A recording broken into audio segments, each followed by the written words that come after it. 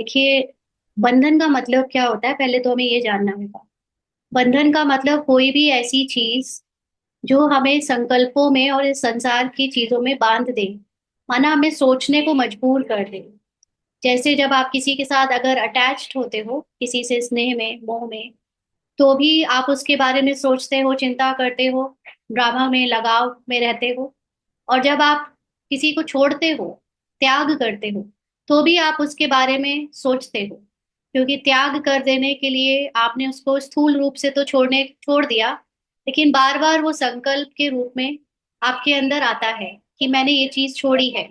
जैसे for example, चाय ले लीजिए। हाँ, किसी को चाय बहुत पसंद है, तो चाय बहुत पसंद है तो बार बार वो चाय को याद कर रहा है कि अभी चाय मिल जाए तो अच्छा है, सुबह शाम कई बार।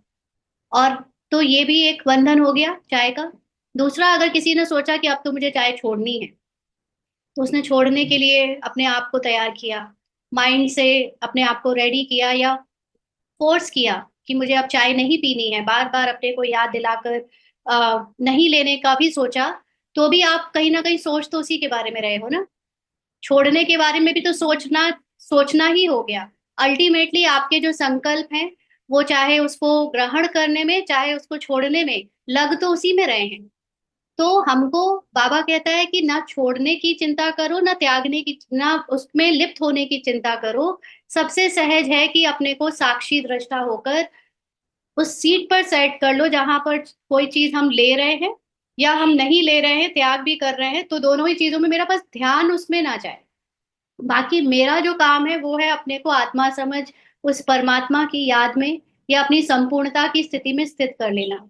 उसमें ये स्थूल कोई भी चीज का कोई अस्तित्व ही नहीं है। तो जब मैं ये उपराम होकर संसार से, फर्श के सारे रिश्तों से त्याग कर अपने को ऊपर कर लेती हूँ, तो उसको फरिश्ता स्थिति कहते हैं।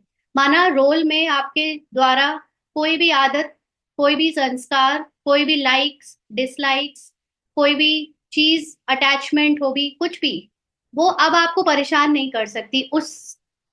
उसका चिंतन आपकी बुद्धि में अब नहीं चल रहा है। अब आप उससे उपराम हो गए हो।